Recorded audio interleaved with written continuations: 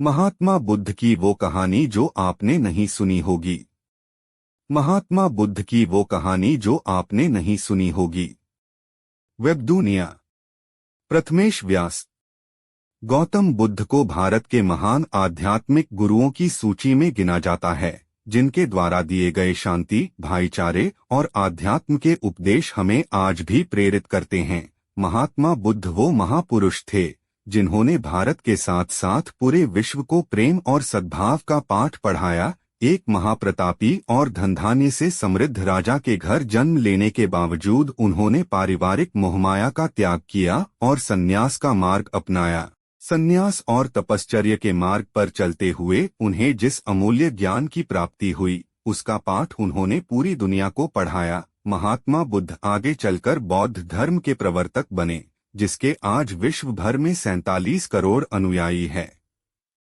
महात्मा बुद्ध द्वारा सैकड़ों वर्ष पहले दिए गए उपदेश आज भी प्रासंगिक है। तो आइए आज पढ़ते हैं महात्मा बुद्ध के जीवन से जुड़ी एक बड़ी ही प्रेरक और दिलचस्प कहानी, जिसमें उन्होंने बताया है कि आदमी की तुलना कैसे करें। एक बार एक आदमी महात्मा बुद्ध के पास पहुंचा। उसने पूछा, प्रभु, मुझे ये जीवन क्यों मिला? इतनी बड़ी दुनिया में मेरी क्या कीमत है?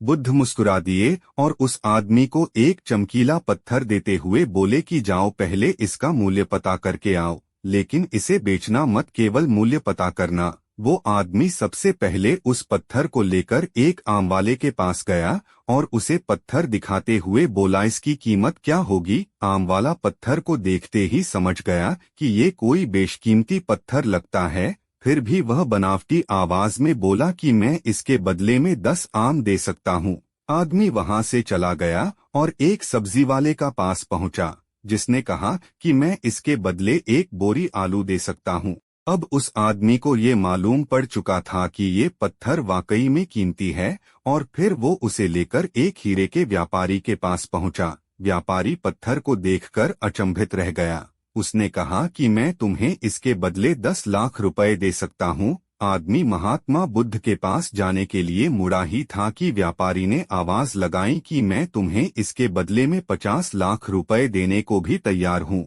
लेकिन आदमी नहीं रुका।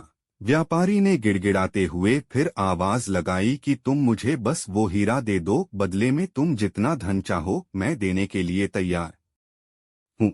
आदमी नहीं माना और महात्मा बुद्ध के पास लौट गया और उन्हें पत्थर वापस करते हुए पूरा वृत्तांत कह सुनाया।